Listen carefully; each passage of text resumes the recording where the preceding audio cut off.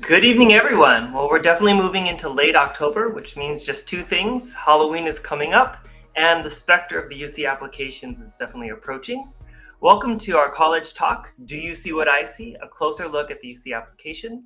Tonight, our goal is for each and every one of you watching to walk away with a better understanding of UC admissions, empowered with the tools and information you'll need to successfully and smoothly complete your UC app. Just a couple of things to point out before we get started. If you're watching on live stream on YouTube, Facebook, or Twitter, we're going to drop the Eventbrite link into the chat box right now. Take a second to fill out the form so you can get a copy of all of our goodies and giveaways. Treats only, no tricks, I promise. And we're going to keep track of your questions and facilitate Q&A at the end of tonight's event. We'll definitely have time for questions, so I want to encourage all of you to ask anything you're thinking along the way. And with that, I'm very happy to welcome my very lovely esteemed colleague, Kelsey Tarosian. Hey, Kelsey. Hey, James. How's it going? Pretty good. How are you? I'm doing good. I'm excited for Halloween and the UC app and all the submissions. So welcome, everybody. Thank you so much for joining us. We're super excited to dive in. We're going to start with some mistakes. We know that you want to know what not to do, and sometimes that can be just as important or more important than, making sure that you get it all right. You want to feel like you know kind of what's going on. So top mistakes, number one, inaccurate course entry. This is super important because transcripts typically would be part of the admissions decisions, right? The actual physical transcript that gets sent by the college, but UCs don't get those. And because your grades and courses are the biggest single part of any admissions decision, you want to make sure that you have your transcript up as you fill out this part and that you triple check all of your entries there. Number two, unshared activities and awards. Little known or medium well known fact about me, my personal favorite section of the application is actually the activities section. I think there's so much opportunity for a student to shine, not just what they've done, but what they've learned from it, what they're excited about. One thing to note is that in the UC application, this section is quite robust. You have 20 spaces and 350 characters each, sometimes even more, depending on the type of activity. So this is your time to shine. This is your time to really shine a bright light on what you did in any activity. Third one is an uninformed major selection. Some UC campuses will admit by college, like, for example, UCLA, and others will admit by major, like UC Irvine. Many majors are impacted, meaning the admit rate for that major specifically is actually smaller than the general admit rate. So make sure that you do your homework, or you might find that your admissibility is what is being impacted here. Number four is personal insight procrastination, aka the infamous PIQs. You do have to write 4. There are 8 prompts. You get to choose which ones, but 4, that's a lot of writing. And even if each one is only 350 words. And when you procrastinate, you really don't have the time to think big picture and ensure that the 4 topics, the 4 pieces of content you've chosen really show a well-rounded view of who you are. And the last one, and this is a big one, is waiting until November 30th to submit. Yikes. It is open right now. So you have, and it's been open for 22 days. So the 30th is about a little more than a month away. My pro tip is that the application has gone down the last several years running. Last year, it started going down on November 28th. We all know that real bandwidth issues are real, so make sure that you plan ahead.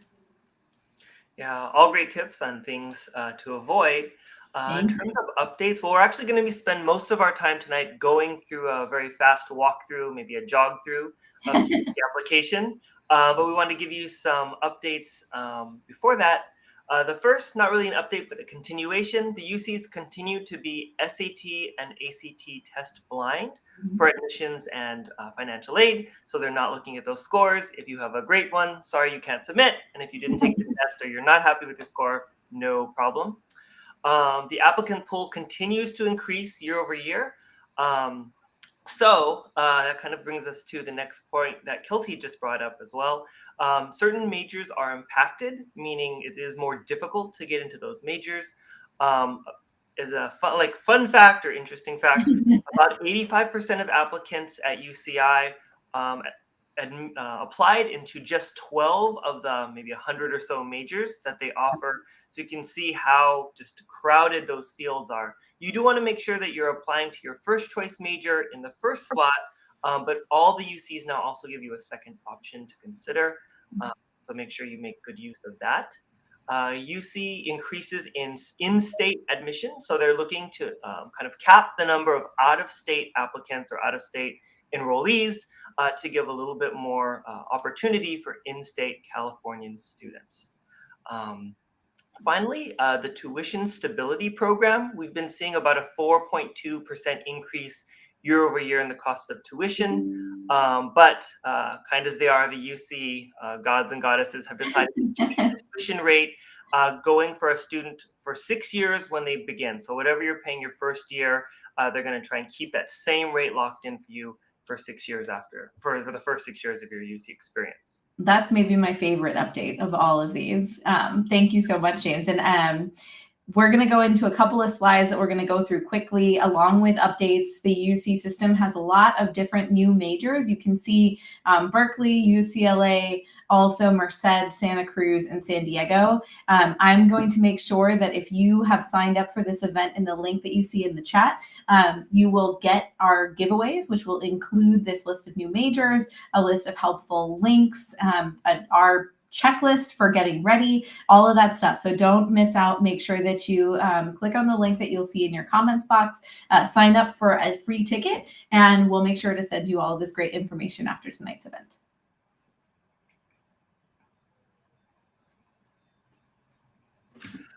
So in terms of the application checklist, here are the things that you want to have handy as you start filling in the information.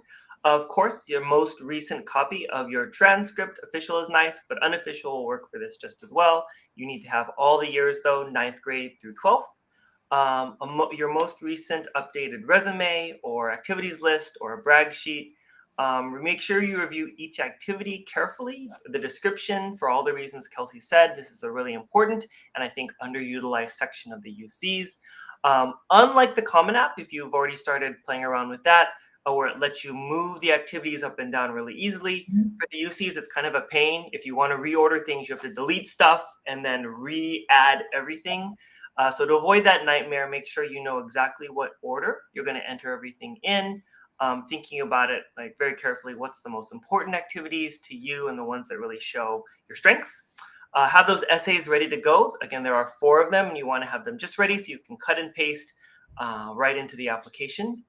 You'll also need the parents' information handy. It's all on the screen there, but generally their education level, occupation, and household income information, and the student's social security number as well. This is a great list. And like I said, we're going to send it out to everybody after the fact. And I'll just give you guys a heads up on what a bear of an application the UC application is. Even if you've done all of your homework, you have this fantastic list, you're done with activities and everything like that, the UC application still takes about 3 hours to complete. So just know you're in for quite a session. One last thing for all of you who know some younger students out there, or if you're listening and you're a junior, we have an event coming up just for you on November 9th at 6 p.m., the Junior Year Jumpstart. We'll make sure to share this again at the end of tonight's event, and make sure that you sign up to get your copy. Awesome. So super excited. Without further ado, I'm going to kind of take the wheel and we are going to drive through, run through, jog through, whatever pace you decide that I'm going, the UC application. Now, one little note that may not affect us now is that the UC application signs out every 45 minutes. So if you're not working on it, and it might make me do this right now, you might have to sign back in. Okay, so this is your landing page. Once you've signed in, you'll see that you have all of these different sections about you, campuses and majors, academic history, test scores, activities and awards, scholarship programs, and of course your personal insight questions. One thing that's kind of neat is that at the end of each section, it will prompt you to review it. So you'll actually see it in kind of a PDF format as the UC application readers will before you continue on. You do want to make sure that you start with your About You section because there are a number of things later on that won't let you fill out until you've finished out these first few sections. Once you finish out these first few sections, the application is really forgiving at letting you kind of go back and forth, go work on the activities section for a minute, go back to your academic history or forward into your scholarships. So you don't need to worry about doing it all completely in order, but definitely make sure you complete these first parts first.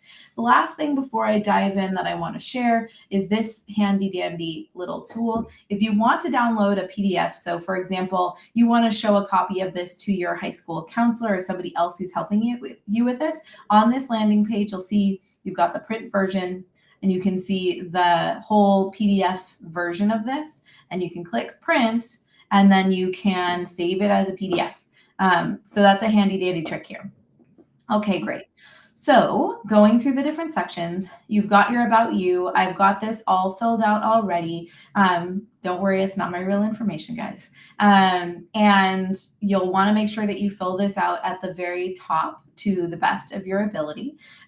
Keep in mind that now, like the rest of the world, the UC system has not been able to consider race as a specific factor in college admissions since the 90s. So all of this, the demographic questions that they ask are in the application, but hidden to admissions readers, just like any SAT scores, which they don't allow you to enter anymore. Once you've done that, you want to make sure that you enter your campuses and your majors. I can always edit this if I want to. So that is what I'm going to do. I'll go in here, I'll click edit. I'm still fine with the values.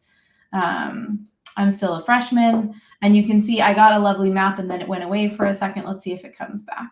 Yay, there's a beautiful map. And all you need to do to apply to more campuses is check more boxes. This is one thing that I always say to my personal students is if you're gonna do the work of all of the UC application, apply to all of the campuses. There's really no argument against. They're pretty generous with fee waivers, and otherwise it's really the only additional cost is the literal cost of application because there's no additional work to apply to more campuses. But you can make your work go farther by applying to more campuses. So we're going to go ahead and add UC Santa Barbara, one of my favorite UCs, and we're going to hit save and continue. Then we're going to go into choosing majors. You can see I obviously don't have one for Santa Barbara since I just added it. All you'll need to do is go into here. Once you click add major, you'll be able to see. Now, unfortunately, it's not always obvious which ones are impacted and which ones are not. However, like UC Santa Barbara, we're not seeing that. I'm going to choose Asian Studies as my major. I can also choose an alternate major.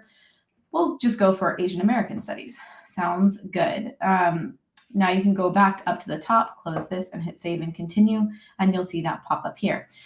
If, for example, I'm applying to UC San Diego, there are a number of their majors that are impacted. And as I go in and hit choose major, if I go into, for example, School of Physical Sciences, there should be some majors here that pop up. Yep, right here, that give you some little warning signs. This is a joint major, but many of these here, like this will tell me major preparation is required. You're not going to be going in directly. You must choose an alternate major that doesn't require that preparation work because it's warning you that you might not get in. So just pay attention to these kinds of things when they pop up.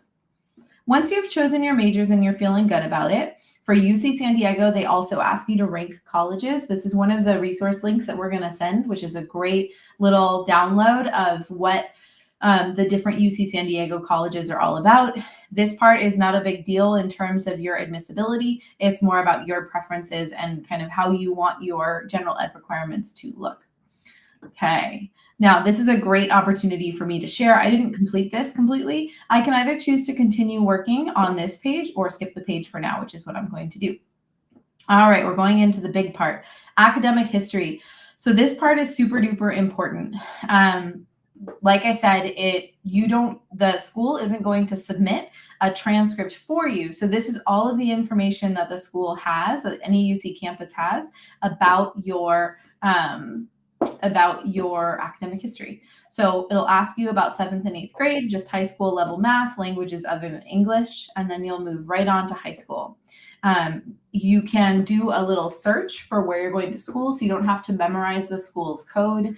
And then one thing I just want to show you that's a little bit wonky about the UC application is the entry of summer courses. So on most transcripts, but not all, a summer course is going to attach to the year after. So if I take a summer course in between 9th and 10th grade, it will look on my transcript as if I took that summer course in part of my 10th grade academic year.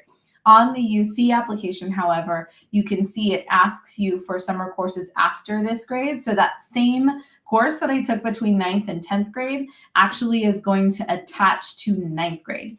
So just know that it's okay. It's just a little different, okay? And if you find that you are deep into this section here and you have a summer course and you don't see a place to put it, go back into high schools, click edit like we just did, and then go in here and you can just click the box that's missing.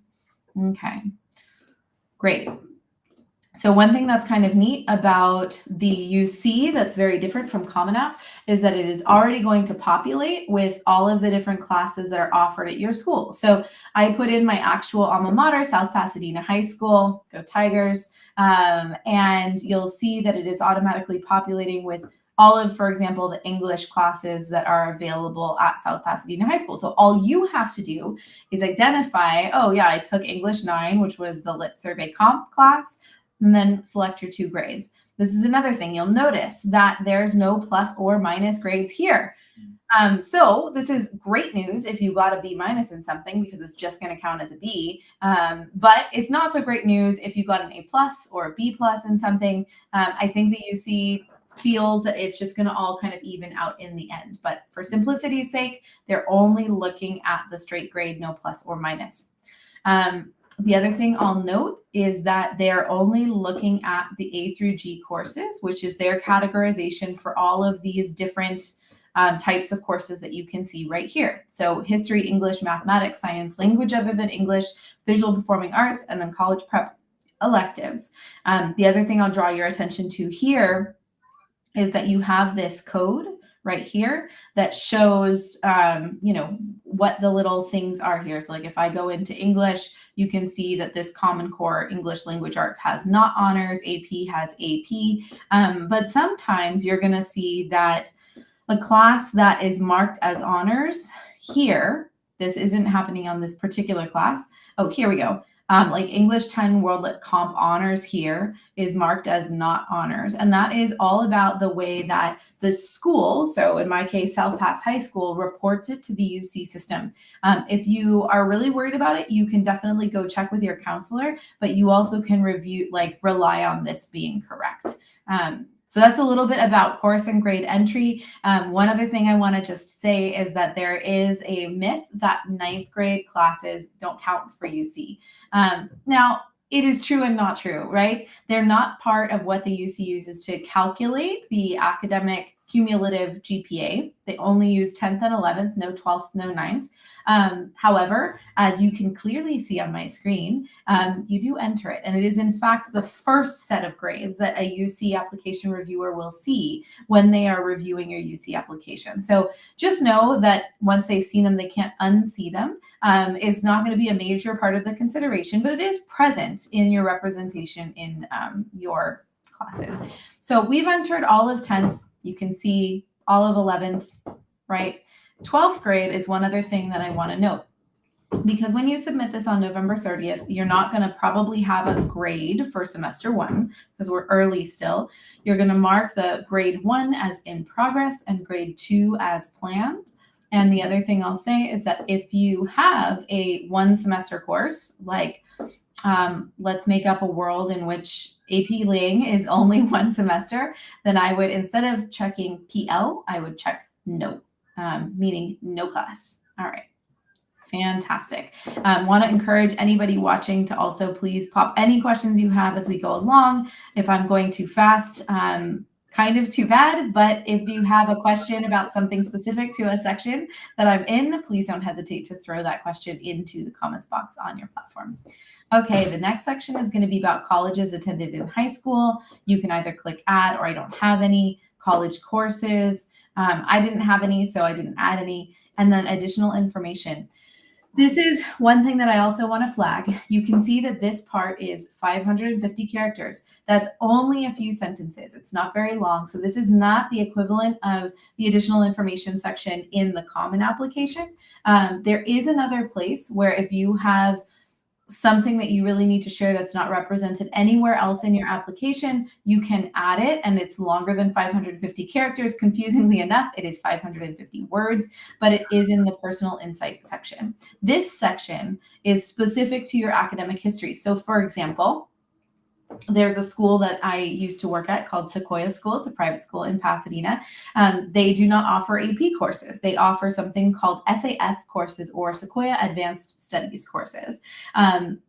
If I was a student who is attending there, I might put a little explanation here saying I attend a progressive school that does not offer AP courses. Instead, they offer Sequoia Advanced Studies or SAS classes, which are designed to be at a college level. So in fact, more advanced than an AP. So that's the type of thing that you would want to put in here, something about your school or something really specific and short to your academic history. All right, James, you tell me, are we ready to go on to the next section? I feel ready because it's one of my sections. It is indeed. So what is this test scores section doing here? I thought there was no tests for the UC system, James. Are you misleading us here? I am not. There was a little asterisk, though, that we can talk about right now.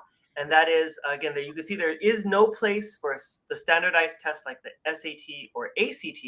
They do take, you can see things like the AP or IB exams for students whose first language is not English, English proficiency exams.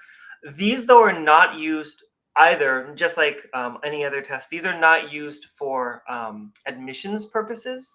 They're just used once you've been admitted to determine your level. Like, oh, they got a 5 on the AP English language test. They get to skip out of this elementary or remedial writing type course, right? So it's not for admissions. In fact, admissions officers won't see these scores. It's just to kind of determine your level and placement in your GE or basic level courses. Oh. Yeah, so don't worry about that for admissions. But if you have taken any of the exams, definitely put them into your application so you'll get credit for that later on. Absolutely. And keep in mind that when you add an AP exam, you can choose an exam that you've already taken, or you can choose one that you've planned like I have here. And then it won't expect you to add a score, obviously. Okay, you can see here it has IB, English language proficiency, if you did not go to school at an English-speaking school, international exams, and then that famous review section that'll allow you to take a look at what you have added. And you can see I haven't added much. All right, on to the beast of the activities section. So let's take a look at what I've done. We're gonna play with, let's see, I'm going to continue working and I'm going to edit this one activity that I've added. We can see that I chose the category of work experience. I put Caldi, coffee, and tea. And then I put a little bit of this one will allow you not only to talk about what you did, but also a little bit about the organization itself. So this is one place where it is just fine to do a quick internet search for the organization or the place where you worked or where you volunteered usually, and then just pop it in here because it is just a description of what it is that the industry or the organization does. So you can see I put Caldi as a small privately owned cafe, serving sandwiches, soup, pastries, and a variety of hand-prepared coffee and tea beverages. And then you can see I'll put my job title, and then I put in my 350 character description of what I did. Now, one thing that I want you to notice here is that this is not complete sentences. It's okay to use some complete sentences for UC because you have a little bit more character space, but it's usually wise not to, because this way I was able to put in a whole lot more about what I did as a barista at Caldi. So provided excellent customer service, craft high-level coffee beverages and sandwiches for fresh service to customers, complete regular store duties, including restocking, dishes cleanliness inside and out, interviewed and trained new staff, responsible for beginning and end of shift financial duties, including rebalancing drawer, making deposits in safe. Now, if I was working with myself, I might suggest that I move this part, which is far more impressive than doing dishes, earlier on in my description, right? So you really want to think mindfully about what it is that you're showing and making sure that you are not putting fluff like attended weekly meetings. If you attended weekly meetings, what did you discuss? What did you learn? What was excited? If you were in charge of running those meetings, what did you have to do to set up, even if it was just bringing chairs in, okay? You'll always need to put in your when and estimate a number of hours per week that you spent in this particular thing, okay? We'll hit save and continue. And one thing that I wanted to note is if you have had a job and you do include it, it will ask you how you have used or plan to use your earnings, which is kind of neat. Now, if I'm going to add another activity or award, and I'll keep this kind of quick, is that I just want to show you that it all changes depending on the category that you select. So if I chose an extracurricular activity to talk about my involvement in ASB, I only have space for the name of the activity and what I did, and then these same pieces about when.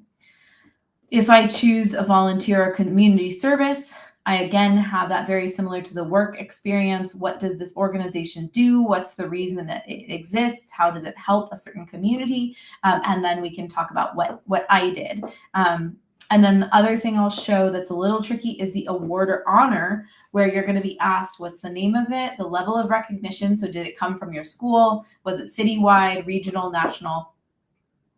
Is it academic, non-academic? You can see there's a lot of questions.